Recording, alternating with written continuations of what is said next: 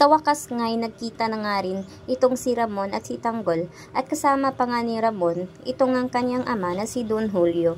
At dito ay nalaman na nga ni Ramon ang buong katotohanan na pati nga itong si David ay niloloko lamang siya dahil sa pagpapanggap nito ng katauhan dito kay Tanggol. Masaya naman itong si Ramon lalo pa ngayon nalaman na niya na ito nga palang taong to ang tunay na niyang anak. Kaya naman nagtataka nga siya kung bakit kamukhang kamukha nga niya ito noong kabataan niya. Natuwa naman itong si Don Julio. Subalit nga ito naman si David ay pinaghahanap pa rin ngayon dahil nais nga siyang patayin ni Ramon dahil sa kanyang ginawang katarantaduhan dito sa kanya. Subalit ngayon ay si Tanggol ay hindi pa siya lubusang masaya dahil hindi pa rin niya matatanggap ang ginawa ni Ramon dito sa kanyang ina na si Marites na ginahasa nga niya ito. Kaya't nahihirapan pa siyang tanggapin ang katotohanan na itong si Ramon Montenegro ay ang kanyang tunay na ama.